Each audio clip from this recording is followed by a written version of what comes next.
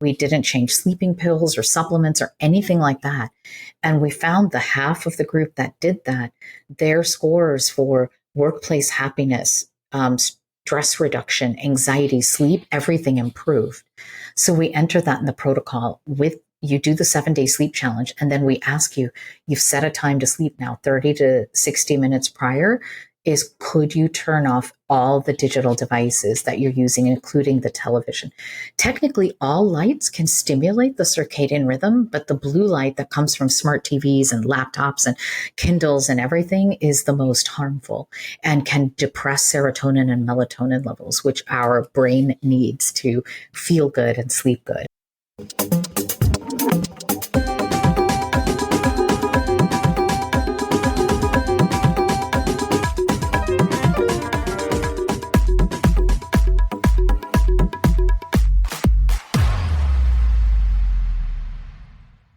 Imagine it's 12 months from now, and you've achieved your major life goals.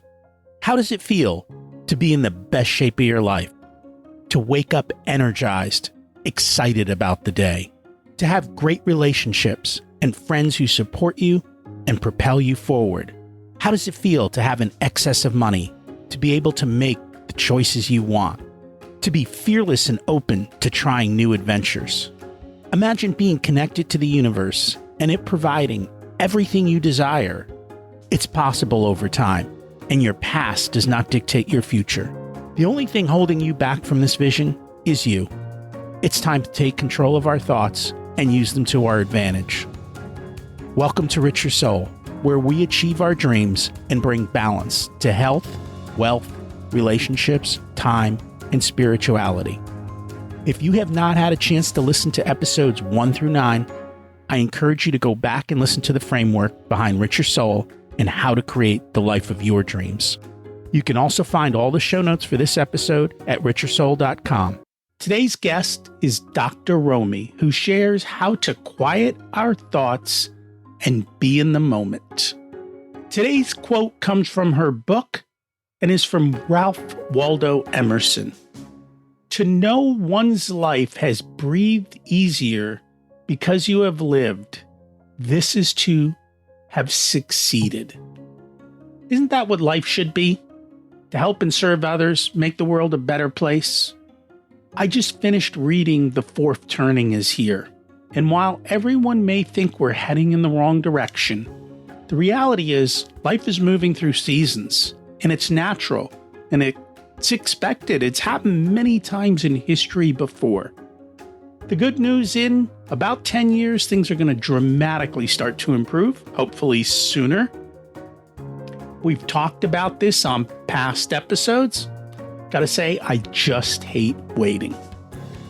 Today, we're back with another doctor to help us get rid of the noise and stop being busy when we don't have to be.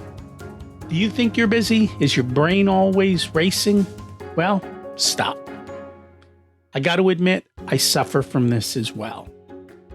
This week we have Dr. Romie. She's a board-certified physician bringing together over 2 decades of leadership in neurology, integrative medicine, and mindfulness. She's also an award-winning speaker working with Fortune 500 companies, professional athletes, and global associations. She's got her program, the Brain Shift Program, in addition to her first book, The Busy Brain Cure. Let's meet her and learn from her. Welcome to Richer Soul, Dr. Romie. It's great to have you join us today. Rocky, honor to be here and serve your community. And thank you to all your listeners. I don't take their time that they're having us between their ears or watching this video for granted. And thank you for that. We always like to start at the beginning. What was it like when you were growing up, and how much did your family and school teach you about money? Oh, those are 2 loaded, amazing questions. I am the proud daughter of immigrants, and English is my 3rd language, though I was given that awful label that still exists today in the United States, ESL. And early on, that label can tag you in the public education school system as, set up for failure. You're not smart. And I thank God I had a mother and father that advocated and showed up at every school, and every year with the new teachers, we have one daughter and she will become a doctor, right? So that was like the mantra given. And I was raised by then a collective, bunch of aunties. My dad was a hardworking physician and came to this country at a time where there was a national crisis and shortage of doctors, engineers, scientists. So there was the great brain drain of Asia that brought people like my father over and my mother shortly afterwards when they got married. And so that was my childhood. And everything I did and I was raised was around academic excellence and education and the hard work ethic that we learn from immigrant parents, as well as being born and raised in the Midwest. So I think those two things follow me today as a doctor and entrepreneur. Your next question about money. Woo, child, that's a loaded question. And then I'm like, how do I answer this without like disrespecting my mom and dad? And I can hear the judgmental voices of my aunties in my brain. Hi, Rocky, it is not polite to talk about money in public. And you're putting our Romie on the spot about this. And that's exactly the way it was, there was this, I was raised with that immigrant family, really my dad coming with humble means of only $20 in his pocket when he came in 1969 to the United States and was an intern and resident. And so, my mom and dad, God bless them, they started this life of saving money. And there seemed to always be this mindset of you can't spend, you need to save. And it was also a little bit of a lack mindset. And what's happened now in talking to my mom and dad and their financial planner is they did everything right above and beyond and saved and did well for retirement and all the right things a financial planner would tell them. But they kept working hard and they didn't enjoy life. And now when they finally left their job, they're in a physical and, cognitive state of health not to enjoy life by travel and all the things you'd want to do. And I think that set up myself and my brothers for this more mindset of I'm earning this money, I deserve to buy it. And, and that struggle. So gosh, if I had to be candid with you, Rocky, I would share that. It's funny because I grew up in an Indian community, but that Indian community was a little different because all the aunties would ask, how much did you pay for that? Oh, how God, much yes. is your kid making? Oh, right? of course. Those were. And, it was, I love my Praveen auntie. She taught me about sales shopping. Did your aunties do that? Like we would go to this amazing store called Marshall Fields and my cousin Mustafa and I would be so excited. Look, auntie, the 40% off rack. And there would be like this thupper upside her head. Hi, are you crazy? 40% off? That's so expensive. Look, there's the 70% off rack. To which my uncle and my dad would be like, is still 30% on. So yes, for sure. But that was also it, right? But like yeah. I do the same thing to my kids. But you know what you talked about, we do have that balance. I've always had the balance of time at work and also we vacationed. Amazing. But we vacationed more the Indian way. Like, okay, how much does it cost for a Disney ticket? It's $100 a day. It's $275 for 3 days, but it's only $325 for 14 days. We're going for 14. Right? I've already paid the airfare. I paid for everything else. I can get value out of this ticket. Yes, and pay 14 days in hotels. Listen, I get it. I will say the one thing I'm very thankful for, knowing that was in my 30s, and we'll get into this, I worked myself to death, literally, and the stress nearly killed me. And when I came out the other side in my 30s, I would work and I would then travel in the pursuit of knowledge and healing. And to this day, Rocky, I think of a lot of money I spent traveling globally to meet with healers and my own education in yoga and mindfulness and global healing traditions. Many places in the world that in a post-pandemic world are not as easy and quick to access as they were back then. I have no regrets that I spent that money then. And now that I'm busier in my job as an entrepreneur and helping care for elderly parents, I am really thankful that when I was healthy and limber, I traveled the globe in my 30s, for sure. My goal is to be healthy and limber when I'm in my 70s. Yes, to that. I mean, it is. But also, Rocky, I'll tell you now, I don't know what you would say as a financial planner and your background to me. I don't plan to retire from this job. I don't feel like I have a job. I am serving a mission that is larger than myself. And I plan to be learning and writing and speaking and teaching until the day God decides I'm no longer on this earth, and creating impact. And really that's I would be bored sitting at home. And I've watched my dad retire from medicine, and my mentor, Dr. Wanamaker, who is also in the book, in the Busy Brain Cure. And you can see their changes that they have because they left something they loved. And I don't know what you would say to that, but I definitely want to keep working until God decides it's no longer. I grew up with the idea of becoming rich so I could retire early. Mm-hmm. Now I've changed my mindset to I'm just going to do what I love. And because I do what I love, I'll never retire. Yes. Yes. So, yeah, Agreed. I Yeah, don't, agreed. Same. Yeah. I'll constantly be learning. I will work on my terms. So Yeah. I've reverse engineered my business that, well, next month I'll be sitting on a beach in the Caribbean, still working, but I can do it from there. I can do it from anywhere. So we've done that. And my day is scheduled around health first. So every morning I work out and it's set up that, sorry, I don't take appointments in the morning. I have to go to the gym. And after I'm back and ready and it's much later in the morning, then I can do that after I've done all the holistic work and quieted my brain, which we'll talk more about, done all my everything else. Your rituals, yeah, the rituals that you need for your health and well being. And I honor that, and I honor that you created a life where you have the luxury to be able to do so.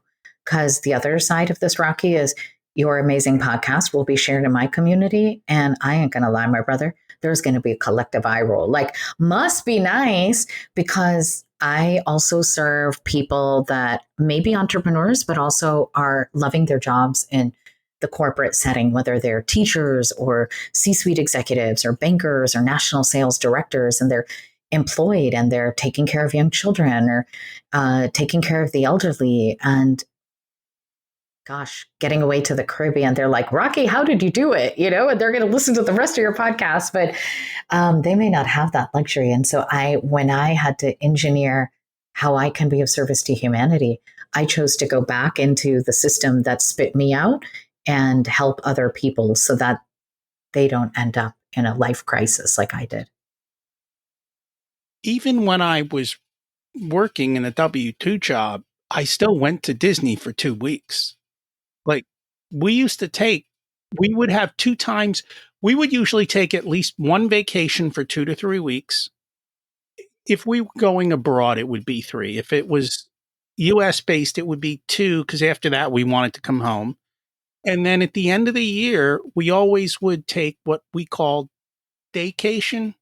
So shutting down for Christmas into New Year's and relaxing through that period. So, And the key is you were utilizing vacation time, which people, even in this post pandemic world, don't do that. So, what a gem, what a nugget to remind people of this basic brain shift. Utilize your vacation time and don't use it to catch up on work.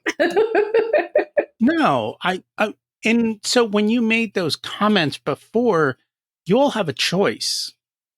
And I think if you look at Europe, Europe's like, we go on vacation, right? They take time off.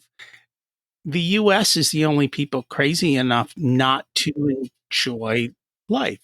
And honestly, even in my business now, our theme is work less, make more. We don't believe in grind culture. I think in corporate, more often than not, most of what they're doing is useless anyway, so they can just stop doing it. I'm not going to say that because I love my corporate clients and I see a lot that are making impact. So I'm not going to say what they're doing is useless. But yes, what I can say is people don't utilize their vacation time. And because of the hybrid remote workforce, we know the single most thing that is costing businesses time and money and the health of employees is sitting on too many meetings, virtual meetings. That could have been an email or a Slack message or something like that. When I talk about useless, that's what I'm talking about. Useless meetings, useless paperwork that serves zero purpose. As a physician, you've got to go see patients, but I know the reality of the other side of it, of all of the useless paperwork and forms and people don't know how wrong medical records are because the only way you can get the test you want is by hitting all the boxes. Right, that's the kind of stuff that becomes useless, right? And can contribute to burnout, right? It's Yes, these of course it this does. bureaucracy, and by the way, not just in healthcare and in every industry. And so, yes, it's that is what can contribute to the bureaucracy. But yes, I would say there's probably a ton of burnout in the healthcare paradigm, and there are a whole variety of reasons that we're so not going to go into. actually let's visit that Okay. because people hear I'm a doctor and I survived burnout and I gave the one of the first TED talks on that subject matter. So they tend to focus on healthcare in a post-pandemic world. But I've been studying stress and burnout in the workplace now for almost a decade, and it's not just healthcare. In fact, during the pandemic and the post-pandemic world, more than healthcare, it's our teachers and education, K through 12 and universities, undergrad, as well as the first line responders. So, but no industry is immune to the mental health crisis and burnout. And in our data collection, when we were researching the Busy Brain Cure book, we did the Busy Brain test assessing chronic stress levels, burnout, and 17,000 adults, working adults, all likely W-2 employees, not entrepreneurs. And it was consistent across every industry. So there wasn't one industry that was doing better than everything. And we serve oil and gas, finance, fintech, insurance, healthcare, hospitality, tourism, you name it, right? So I really want to be clear on that nobody is immune. Oh, I didn't want to make that assumption. It's just I know what's happening in healthcare that has Absolutely. Yeah. and I think part of that is people I say that because I don't think people realized what's happened in healthcare behind the scenes and the changes that have occurred over the last more than decade that I've seen the massive shift going on. So you also made a transition. You left traditional medicine and went more to stress management. What was that all about? So, I entered neurology, Rocky, at a time where less than 5% of the brain doctors in the United States were women, and I loved my job.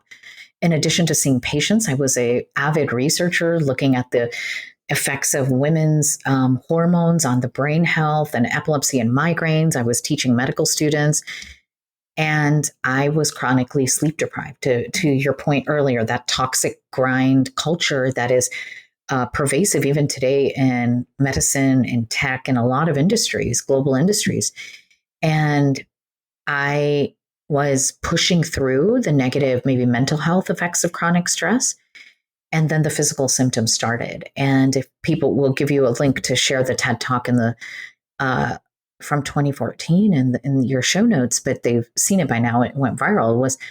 It I learned firsthand that chronic stress will cause disease and can kill you. And I ended up in life-saving surgery in 2010. And I remember being in the hospital following cardiothoracic surgery, thinking nothing I learned in medical school is going to help me get out of this. And none of the adulting skills I have is going to help me either. And what do I do now? And in the pursuit, and people will read this in the book in chapters 3, 4, and 5, in the pursuit of finding the answers to heal my burnout and avoid it again, I ended up getting exposed to the science of the global healing cultures and went back and did a fellowship in integrative medicine, learning the science of wellness and bringing Eastern and Western medicine together. And then as I was seeing patients here in Orlando, I no longer am, companies started to call and be like, you're onto something with the stress management thing. Come teach our companies how to meditate and be mindful. And, I was about 5 years ahead of the curve. And then the pandemic happened. And all of a sudden, I wasn't this out of box speaker. I wasn't this weird situation where a doctor is a chief wellness officer in a hotel management company. It was, wow, Dr. Romie, what have you figured out? And come help our employees, because nobody wants to hear, oh, just eat berries and breathe, Rocky, and everything's going to be fine. And in case that doesn't help, here is an Instagram reel of another puppy hugging a baby to make you feel good and keep scrolling and trolling and lose more productivity, right? Nobody needs to hear that anymore. And that's where that researcher doctor in me kicked in. And here we are today with a revolutionary idea to actually heal the burnout in both entrepreneurs and in the workplace and disrupt the mental health space too. What do you think is the cause of all of this across so many different industries and occupations? So we break that research down into the book. It's basically, prior to the pandemic, our brains were not at capacity. It would be like an acute stressor, like a work deadline coming up or, a family illness or something. And your brain could reset back down to a calm station. That hasn't happened in this post pandemic world for a myriad of reasons. The 24/7 news cycles, social media that were connected to digital devices, 24/7. And that has reset our brains to being at a chronic stress level. So now, if you've ever been in an airport and somebody loses luggage or they didn't get an upgrade and you see them going from 0 to 60 in like faster than a Porsche going, why are they getting angry? That's the busy brain. That's the state we're in. And we need new and updated solutions to help that. And basically, in our studies, we looked at that kind of doing this churn and burn, going, I just have to push through this chronic stress so I can get to my job and pay my mortgage and take care of my kids. It's creating a specific pattern of neuroinflammation in the brain that leads to busy brain. And so that's what the research showed. So we'll dig into that. Before we do, what inspired you to write the book, The Busy Brain Cure, the 8-week plan to find focus, tame anxiety, and sleep again? It was three things. It is a privileged life that I get hired and paid to give keynote lectures in corporate America or run my 8-week program for corporate clients. But then people would be leaving wanting more, being like, how can I share this with my family or my spouse or my adult child? So I think that was this idea of wanting to serve. And two, let's be real, Rocky. The pandemic happened, and all of a sudden, my business came to a halt, like financially and figuratively, because I used to get on planes and go to company meetings and be the keynote speaker. And even my consulting agreement came on hold. So I'm sitting at home, and now companies are starting to call, and we're having to figure out this virtual thing. And I'm like, whoa, I can collect data really quickly and effectively right now online. So the researcher in me kicked in. And then, I got to be real. I think I'm kind of like you. Like, I couldn't lose any more brain cells on Netflix after I got through Tiger King.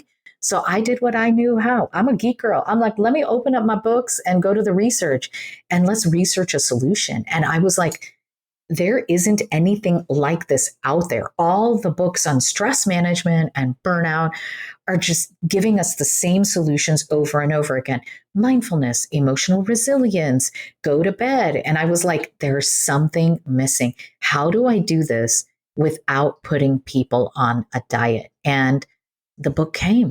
And I think the last thing I'll tell you is authentically, I remember being in that toxic place, Rocky, and there wasn't anybody at work. They didn't have a work culture like what you've built in your own business of asking if I was okay.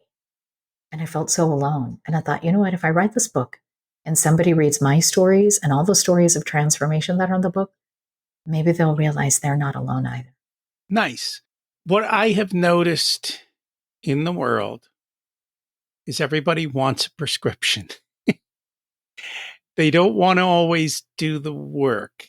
And when I read the book, I was like, oh, the symptoms tend to be ADD, insomnia, anxiety, and most people are treating it with over the counter caffeine and alcohol. Mm-hmm. No judgment, but that's the truth, right?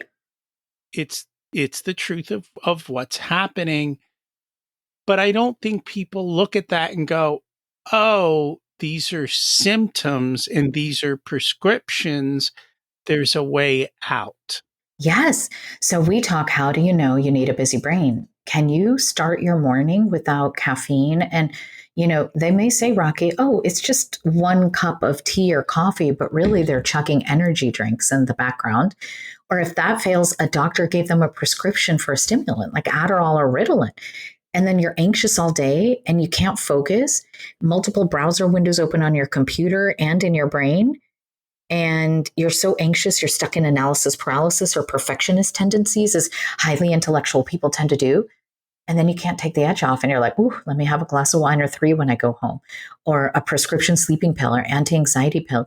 And you try to put your head down on the pillow, and there's 72 warring conversations going on in your brain, and you can't sleep, or it wakes you up in the middle of the night. That's a busy brain, and that's not normal. And you're stuck on what I call the stimulant sedative cycle. You need stimulation all day long, caffeine, Ritalin, constantly touching your phone for that dopamine hit. And then you need a sedative at night. And that is destroying not only our brain health, but our sense of purpose and living, as you talk about so well on your podcast and your following, Richer Soul. So, how do we make that shift? How do we get off of the hamster wheel and start to enjoy life? So the first thing I'll say, Rocky, is I made that mistake, right? I had all my uncles that were like, oh, Berta, you're burned out because you're in academic medicine. Jump to another hamster wheel. Leave academic medicine and go work in a community hospital. It'll be less stressful. So the first thing people do is say, I'm going to leave this marriage. I'm going to leave this job. You can't leave your child, but you do that and you think, I'm going to jump to the next hamster wheel. That's not the answer, because you have this euphoria in a new relationship or a new job or a new city you move to for maybe 6 to 9 months. And the reality hits and you're like, wait, I'm still stuck on the stimulant sedative cycle. Things aren't any better. What happened? And so I think that's the first step, is realizing it. The next step we do is, I'm pragmatic.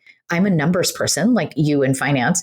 I want to put a number to it. So you can take the Busy Brain test for free. We'll give you a link in the show notes. It's all over on my social media.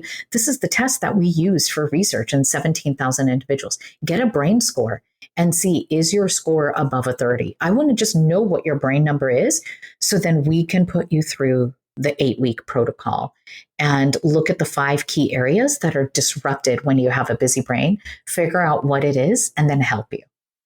How many people score less than 30? In our 2-year period, it was 6% of people.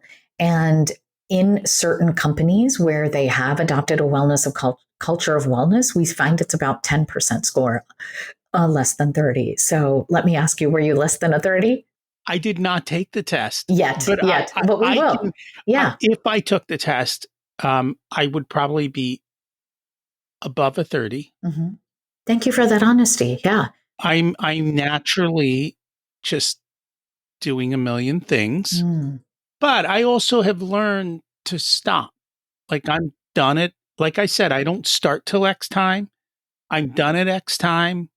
I actually am surprised. You might be surprised that you're less than a 30, because here's the thing high achieving professionals like you and I think is, I'm not here to tell anybody to slow down, because we're high achieving professionals. If you have goals and you want to succeed in your profession, as a parent, in your philanthropy, I'm just here to say you can succeed without burning yourself out.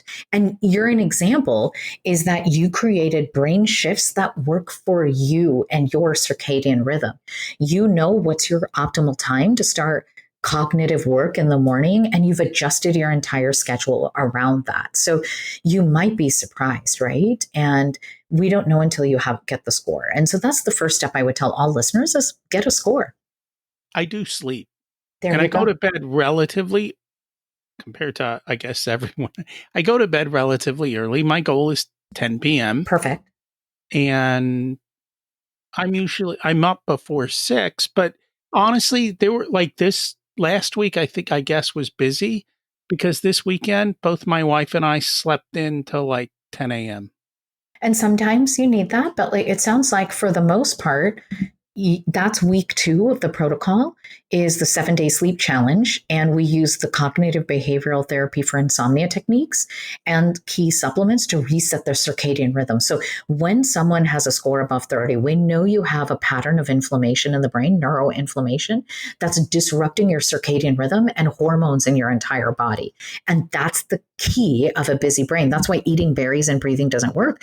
So you're already, without having met me or just read the book prior to it, you and your wife were already doing the brain shifts, setting a regular time for your circadian rhythm and brain to sleep and wake up for the most part, right? We're human. We all have situations arise, children, work, travel, something, but for the most part, you're consistent. That I am. And but I also built that intentionally and have Yes. alarms and, Yes. things. Same. My phone, I don't like my phone's on permanent silent. So it doesn't ding and ring and all of that. Um Agreed. I did I don't, does this make me an auntie because we come from the same culture? I refuse to wear an Apple Watch anymore because the dinging, and I was having Indian auntie tech failure. I was like, I didn't know how to shut off the notifications. And then one of my nieces or nephews shut it off so the text messages and emails wouldn't come through. But then I would be like on a podcast like this or a meeting and Siri would just interrupt and start talking. And I'm like, look at you, nosy Indian auntie Siri getting involved in my conversation. So I stopped wearing an Apple Watch for that reason. I haven't worn a watch in a long, long time. I Uh-huh. started wearing a watch recently, and I started wearing it as part of working on my diet. Okay. So it Yeah. was to start with steps. Mm-hmm. I got the new Apple Watch to track sleep and sleep. Also, how much is REM? How much is this? How much is that?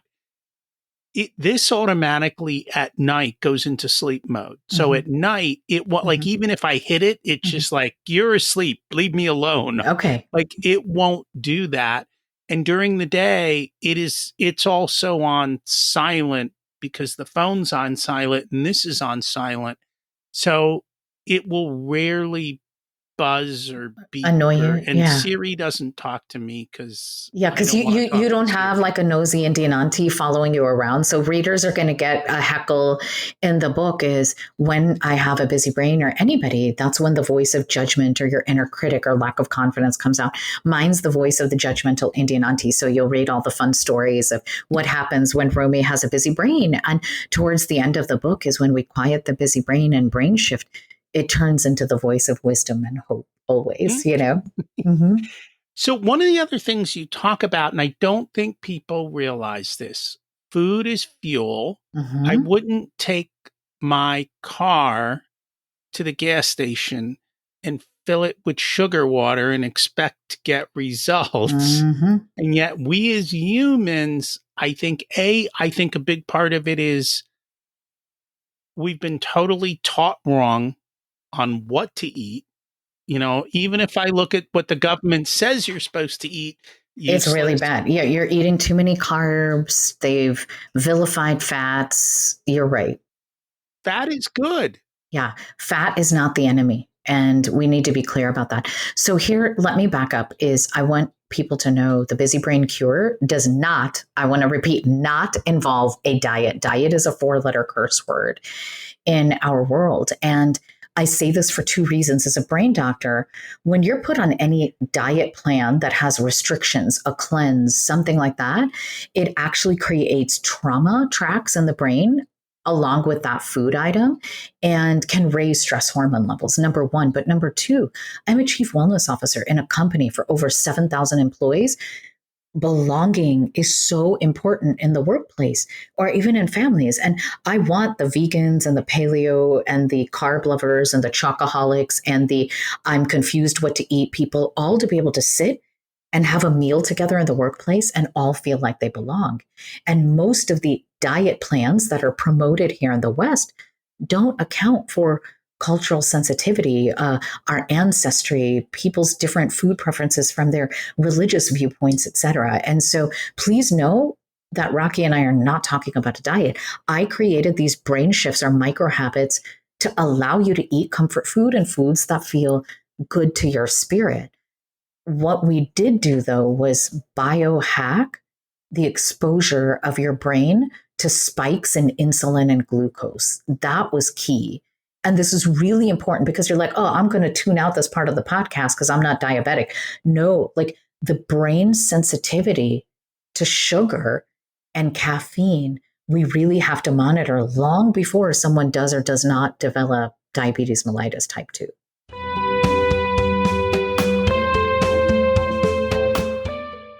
Today's episode is sponsored by Profit Answer Man Podcast.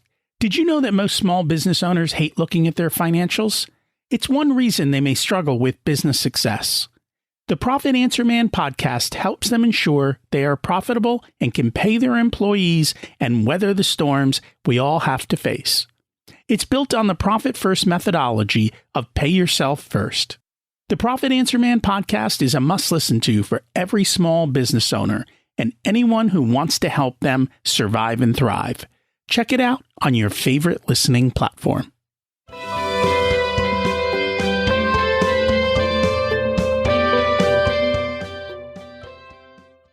And we were chatting before we hit record. I'm currently wearing a continuous glucose monitor that tracks my glucose 24/7.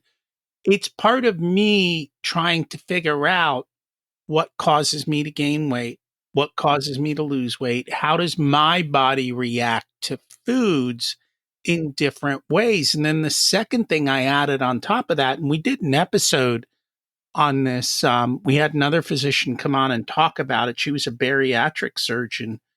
She recommended the Lumen. And so I got Lumen, and Lumen, I blow into it, and it tells look at your metabolism more accurately. It tells me, yeah. Are you burning fat? Are you burning glucose? And so I'm like, what's been interesting is I'll look at my glucoses, and they're okay. Your glucoses are all flat, this afternoon. You have no real spikes, and yet in the morning I blow into it, and it goes, oh, you're burning carbs. I'm like, wait a minute. I want to be burning fat. I want to be losing weight. And so got it. Let's talk about that. I want to backtrack to one place to say those are all great monitoring tools, and I would recommend someone get them working with a integrative functional medicine doctor, a nutrition coach, somebody who knows how to use them. Number one. Number two, though, I'll say this is when we have a busy brain, your score is above a 30. We know the neuroinflammation that's in your brain and your hypothalamus affects your entire biological clock. So not just your sleep-wake cycle, which we reset in weeks 2 and 3 of the protocol, but it's actually affecting your metabolism, your leptin and ghrelin. So it's not your fault that you're craving sugars or someone listening to this is. It's how your brain was reset to need to refuel. And so when we restore sleep, we then start to restore some of those hormone imbalances. When I hear that someone has a score above 30 on their test, maybe even tracking above a 50 at this point, and they're, quote, struggling to lose weight, and they've done everything right, a CGM monitor, the Lumen, whatever nutrition plan that's out there. That's why in week 7 of the protocol, we actually ask that people to go and check labs. We look for markers of inflammation. I want to know in a man and a woman what your vitamin D is and DOG3 levels are doing, which is like a pro-hormone, super hormone to everything. And in busy brain, one of the key hormone imbalances for men and women is thyroid gland. And so when that busy brain center or airport traffic control tower is off, it's affecting sleep-wake cycle, your hunger mechanisms, and your thyroid. And it's really important to check that. Yeah, I think it's all the different things. And one of the conversations, and I think you even said this in the book, just because you're in normal range doesn't mean that there isn't a problem. Mm-hmm. Agreed. And I think most of medicine goes normal, bye. Bye, yeah. And that's not true. And we need to push back. So first of all, most doctors for men and women, Rocky, I'll tell you frankly, if a woman pushes, they might just check a TSH. It's typically even ignored in men. So anytime I'm talking to high performing athletes or executives, men or women, I push for the entire full thyroid profile. In a case like yours, where you're telling me I'm doing everything right and my weight is not optimized or muscle mass at a place that like I would want it, right? It's really important to check that full panel. We have the entire lab list in the book and the supplementary information on the website for people to download as well. And it's really important to get that full thyroid panel, not just the TSH and the doctor says you're normal. That needs to be optimized. And even for men that are listening to both of our podcasts right now, you may have had your testosterone free and total and DHEA levels checked. And they're like, this is the source of your metabolism. If someone has a score above 30 and they have the symptoms of busy brain, I say, yeah, absolutely address DHEA and testosterone levels. And please check the thyroid because the thyroid could have caused all of that. And I think that's the problem that unfortunately we have busy doctor syndrome. And what I mean by that is they are not given the time to sit down and do that and have a conversation with the patient. For sure. And if patients don't ask the right questions or have those conversations, they're not going to get the information they need. So when I trained in traditional neurology, I did 2 fellowships. I was in school and in training forever. We were not taught about wellness and optimizing wellness, which is the conversation you and I are having right now, Rocky, optimizing peak performance and wellness. I had to go back and do an integrative medicine fellowship for this. So about 25% of doctors and growing now are like me. We have a primary specialty and we went back and got trained in the science of well-being. So you have to find one of those doctors. The fault of it, Rocky, going back to the money thing is, this is also a service that's meant for like the top 1%. It's expensive because when I was still seeing patients here in Orlando, I would sit down with a new patient for 60 to 90 minutes and people were having to pay cash to see me. Insurance wouldn't cover that. And, that's why I wrote this book so people could have a manual without paying thousands of dollars to see a doctor like me. And I think people need to realize that. Unfortunately, and we've talked about that many times, the healthcare system is designed for disease treatment, not for prevention. Your insurance is not designed to pay for prevention. Or optimizing your health or anything like that. No, all the things that I was talking to you that I'm doing, I pay cash for all of it. Same, Rocky. And here's the thing. I will thank you for saying that as a financial planner. And just for my community that we're going to share a podcast to, help them with this because somehow brains are wired. If insurance doesn't pay for it, I'm not going to. For me, health is wealth. When I budget annually, I know that I'm re-budgeting and putting primary dollars because I pay my therapist cash. All my wellness things are paid cash. And I know that budget is going to come from elsewhere. And I don't see it as a punishment or that I'm poor because of it. How do you justify that as someone that has a financial background? So all of that stuff comes into a couple things. We've always said quite clearly, if you give up your life to build wealth, you will give up your wealth to get your health. Right? So you're going to pay one way or the other. Oh, right? That is powerful. Yes. I'm also at an age where I know that if I don't take corrective actions now, the outcomes in 20 years are not going to be great. I want good outcomes in 20 or 30 years. Like we went to Italy, well, now it's probably been 6 or 7 years ago. In Italy, the women in their 90s are going up and down cobblestone. At a high elevation, in high heels. Oh my God, they were my heroes. Yes. Let me tell you something. You said something. I'm at an age now, and you're thinking about 20 years. You're thinking of longevity. But let me backtrack this and really have this like humble moment. I was only 32, 33 years old when I started to struggle. That's not an age. Most people think about longevity. I was 35 when I ended up in life-saving surgery. So, and if my brother, cousins are doctors at the front lines now, they're saying that in cancer care, in cardiology, heart disease, in neurology and stroke, we're now seeing people in their 30s and 40s because of this stressed out lifestyle and poor lifestyle choices. So I want to add that part to it too. It can happen at any age. None of us are immune. And I had to learn that the hard way. No, and I honestly these days we rarely eat out because we know every time we eat out we gain weight, even if we think we eat healthy, because you don't see all the stuff they're putting in. And we eat nice, meaning we're at fancy places and it's still the same problem. It is. It is. It doesn't matter where. Even the healthy eating places, you see the calorie count that's on the menu. It may fit the entire brain shift protocol, but you're still consuming more food and maybe more calories, even they may be nutritious. And I'll be honest, Rocky, that's one way I save money. A lot of people go out to eat. We get healthy meals that are prepared and come to this, or a meal prep or whatever it is. But that's one way that I'm like, I'm going to put more money towards health and wellness and not spend money every day eating out. No, we made 2 investments this year. One was the Instapot and one was the air fryer. Child, yes. Ooh, can I give you one better? Sure. It's the Ninja air fryer. Have you had that? That was like the thing that went viral during the pandemic. It is like 8 things in one. It is a toaster oven, a toaster, an air or convection oven. Vegetables have never tasted so good. And I'm not the best cook. I didn't get that from my aunties. Like anything I put in there comes out tasting delicious.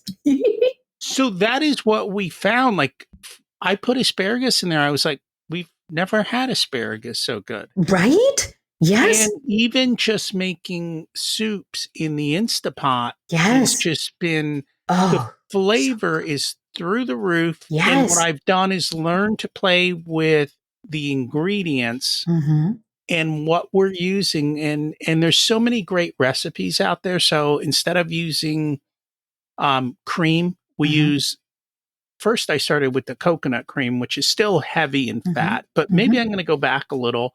But now they also have coconut milk, which they say you can use, which is like 45 calories in 8 ounces, which is nothing. Amazing. Does it taste good though still? Compared to using cream? I'm not drinking it. I'm putting it in the soups? recipe. Yeah. So it gives it the flavoring that you need without the fat. Yeah. Does a super full fat one taste different than this? It does. Is this still really good and super healthy? Yes. So you can eat super healthy at with reasonable trade-offs. And without making a mess in the kitchen or spending 3 hours there, because that's not my joy to be cooking and cleaning up. Here's my thing is, in week 6 of the protocol, we talked about sugar. We talk about adding 1 to 2 servings of healthy fat. Coconut oil is on that list as a medium chain fatty acid and healthy for you. I have never had such flavorful vegetables the last few years in my life as I stir fry everything in a coconut oil or in the air fryer or the coconut oil spray. It tastes divine. And like you eating vegetables that I normally would have been like, oh, this isn't seasoned, yuck. Now I can't wait to throw something else in the air fryer with minimal mess and maximum taste. And that we figured out what do we like, what fits our calorie counts and our macro counts of hitting all the different things that we do. And I eat very low carb. I have for years just because I've known better to stay to the low carbs. Doesn't mean I don't cheat. When we travel, we cheat. So here's the thing. I don't call it cheating, by the way, Rocky. I call it comfort food. And that's part of the brain shift protocol is 1 to 2 meals a week, have the comfort food. So that you don't use the word cheating in your brain. So it doesn't feel like I'm having this life-changing meal of all this pasta and gelato in Italy and I'm cheating. No, it's comfort and it's tied to a positive memory. So I don't call it that. We call it scheduling comfort food. And people actually see their markers of inflammation stabilize or reduce even while eating comfort food on the brain shift protocol. Now, Italian gelato is actually a lot healthier than anything you get here. And life-changing, let me tell you. Oh, well, their cows are different. and the way they do things is Well, different. this is another podcast topic for another time with another expert, but in simple terms, there are 142 ingredients that go in the processed foods that are allowed in the United States, in our produce and our packaged foods that are outlawed in most other countries. And so it's why, so many of, our integrative medicine clients are sensitive to wheat or gluten, and they go to Europe or Asia and they have no problem eating the bread and the wheat, So, but that's, like I said, another topic for another time. And it's true, because you can go to Italy and eat pasta and lose weight. And so it's well, and it even comes back to what's in the meat. So you can go buy technically healthy meat, but what they fed the animal isn't exactly healthy, and that doesn't show up anywhere except in your body after you eat. The animal that has the equivalent of busy brain for animals or Yeah, whatever. it is. It is. I mean, like I said, we could go down that rabbit hole, but I'm here with brain shifts or micro habits to keep it easy. And so I want people once to twice a week without guilt or shame to eat the comfort food, to have that joy in life and not rob yourself of joy. So what are some of the other steps that we haven't talked about that we should cover? I think we've got it, but the key is step one is to take the busy brain. Step two is to start with sleep and circadian rhythm and to do the 7-day sleep challenge. And then the other one is I would teach meditation and mindfulness. And even early in the protocol, this was there, and we would lose people because they're busy brain. And so, one thing you'll see in week 4 or in chapter 13 of the brain, we talk about training your brain to do a brain pause during the day. And if you have a busy brain, to actually use sound healing or binaural beats, studies have shown to be helpful. So, for all the busy brains out there that are like, Dr. Romie, I tried meditation and failed. You didn't fail at meditation, but we found that this can actually help you focus and retrain your brain for attention, especially those that are feeling that they might have, do I have adult onset ADD and it's a busy brain? And remind me, because I don't remember, did you talk about breath work at all? So, yes and no.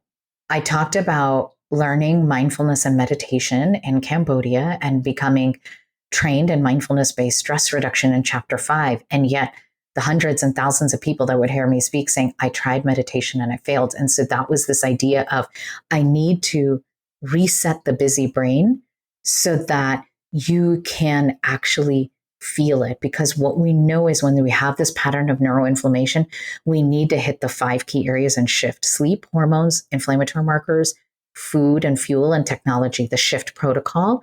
And sure, add breath work after that.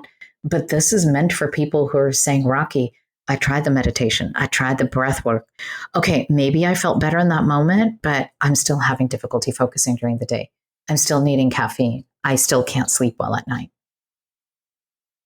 Well, it's not always one thing. I will admit I'm not really much in the meditation space in the traditional way, but I've taken courses on nervous system mastery, and all the nervous system mastery courses are all based on different types of breathing. Agreed.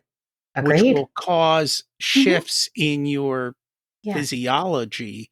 So that's the acute stress model that I was talking to you about, right? And I mean, I'm with you, and I agree with all those models. And I teach breath work to athletes and executives. And Rocky, there's something else deeper going on that we need to get to the root cause of.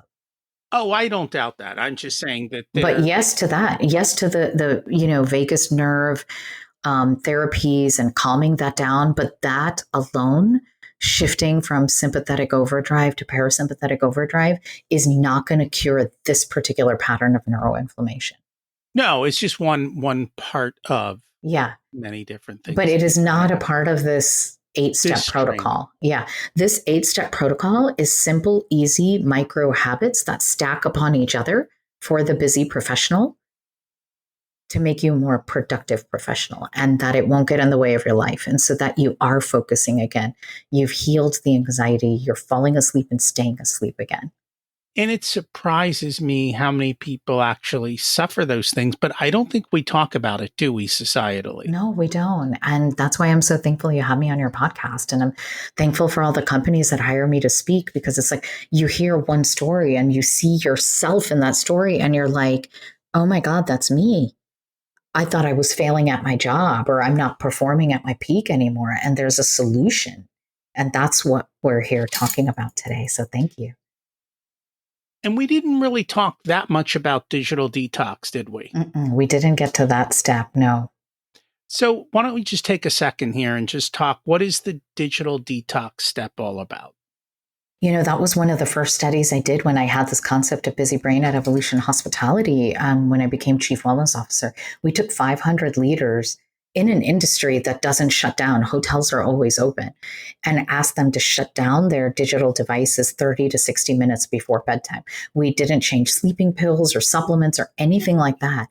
And we found the half of the group that did that, their scores for workplace happiness, stress reduction, anxiety, sleep, everything improved. So we enter that in the protocol with you do the 7-day sleep challenge. And then we ask you, you've set a time to sleep now, 30 to 60 minutes prior, is could you turn off all the digital devices that you're using, including the television? Technically, all lights can stimulate the circadian rhythm, but the blue light that comes from smart TVs and laptops and Kindles and everything is the most harmful and can depress serotonin and melatonin levels, which our brain needs to feel good and sleep good. And so that's step 3 in the process. So, yes. Do blue light glasses make a difference? No, unfortunately not. They can help during the day for eye strain or headaches a little bit. But as far as blocking the negative impact of inflammation that goes from your retina to your hypothalamus, the answer is no. Okay. Are there other things that are popular like that don't actually work? There's probably a long list that we can't get through in the podcast, right? That's why when I had time during the pandemic, I sat down and researched them and figured out the 8 most impactful micro habits. You brought up 2 things. We brought up 3 things on this podcast that are a maybe: an Apple Watch or an Aura Ring to track sleep, a CGM, or the Lumen. You are making it work for you. I have other executives that have used these, and it can fuel a busy brain because you thought you slept well, and now all of a sudden the watch or Aura Ring told you didn't. Or you were feeling good, and the CGM may not be registering what you want it to. If it's there and a part of a health protocol and someone is helping you take measured action like you are, it's great. But if it's causing suffering and raising your stress hormone levels, then it's not really helping. And I've heard that with people who talked about it was more the Aura Ring, because the Apple Watch it's okay. Where that was their feedback. It was like, I thought I did well, but then the ring told me I didn't, and now I'm freaking out. And now I'm freaking out. And absolutely. So really, I wanted to give people simple micro habits, brain shifts that stack upon each other that are simple to do. And in a perfect world, that maybe you're minimizing the amount of technology on your body. But I'm a purist, and I know that's not reality for everybody. You got to figure out what works for you, and whatever that is, then implement it and make it work. And I think that's a big thing, is hacking it for you. And that's the reason I'm using these. Because they're working for you. Yeah. Well, I'm using them for a short period of time to see what happens, and then I'm going to stop. Yes. And then I'm going to go back to.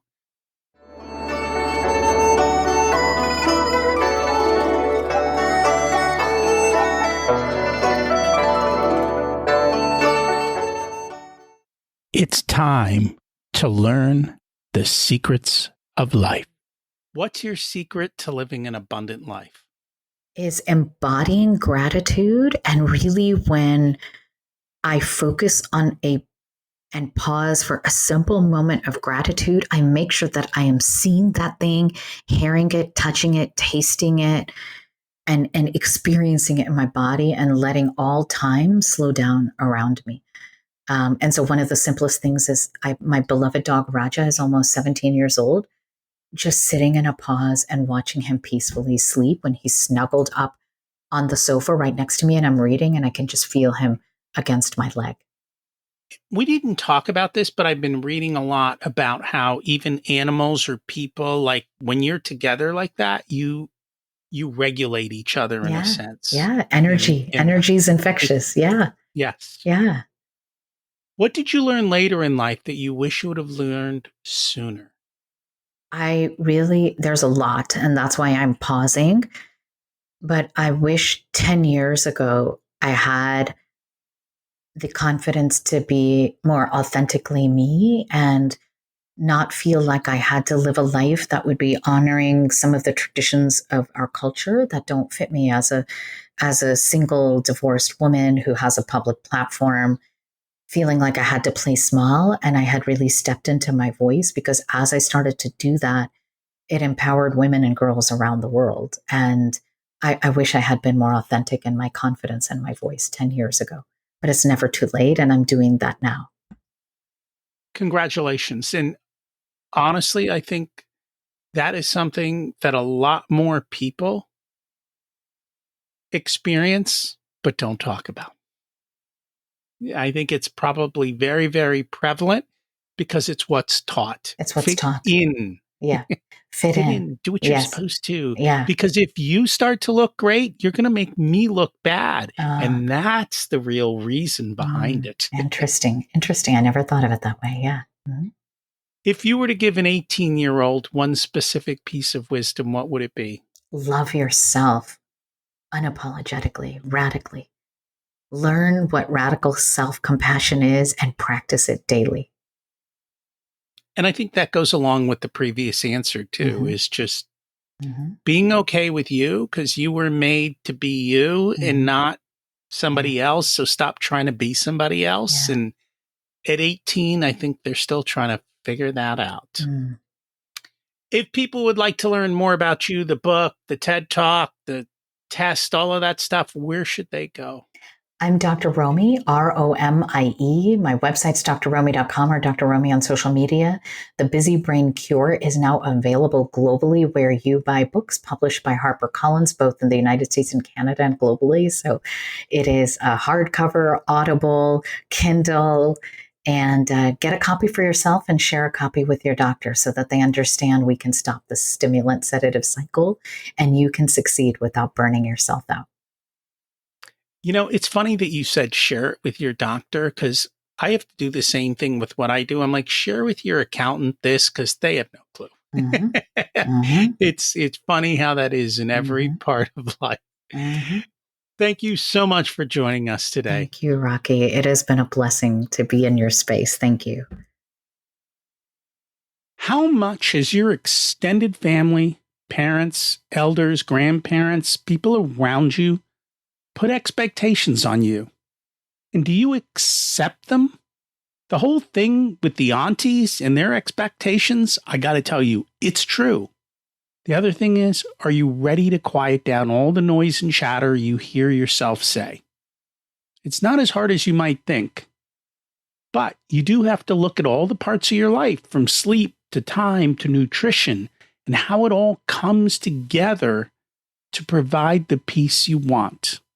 And by the way, you're not alone. As she said, so many of us have to deal with this. You got to work at it. Do you know anyone else who's got busy brain who might appreciate this episode? Would you do me a favor? Would you share it with them? I would appreciate that. Next week, we've got Mark Worcester on. He's going to talk about how to escape the matrix. I know you're going to love it. Thanks for listening. Have an abundant week.